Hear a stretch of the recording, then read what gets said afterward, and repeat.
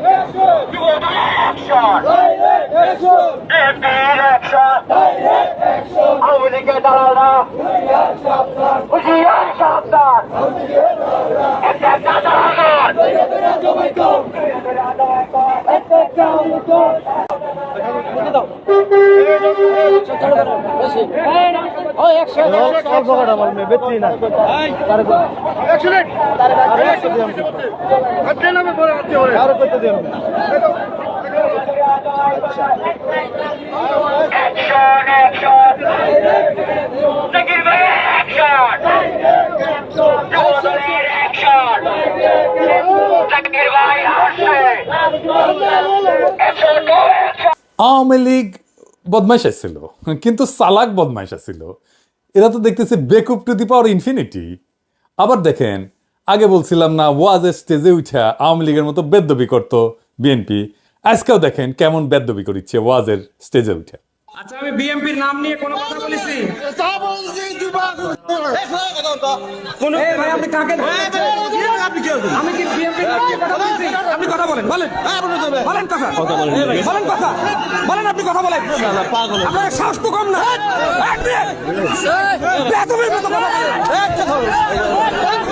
এরপরে বেদ্যবি করতে আসলে ধোলাই দিবেন একেবারে। একটা জায়গায় ধোলাই খেলে না সারা বাংলাদেশে সাইজ হয়ে যাবে।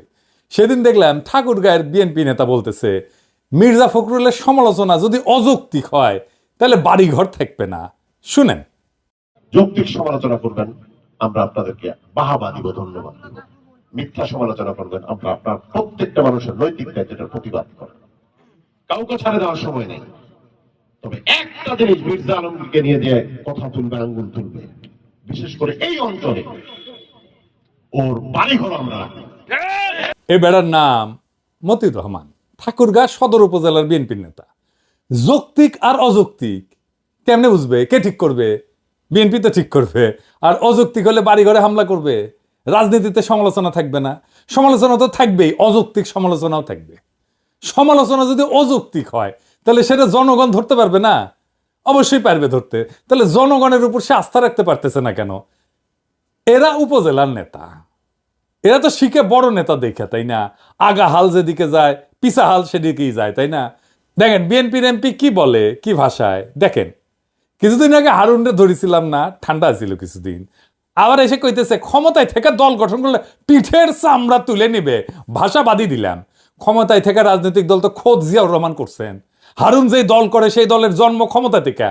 ছাত্ররা কিন্তু খুবই স্পষ্টভাবে বলছে যে তারা দলে যুক্ত হইলে, রাজনৈতিক দলে পদ ছেড়ে দিবে, উপদেষ্টা পদ ছেড়ে দিবে। তাও ভয় যায় না এদের। সমস্যাটা কই? মানে ওরা কি বুঝে না?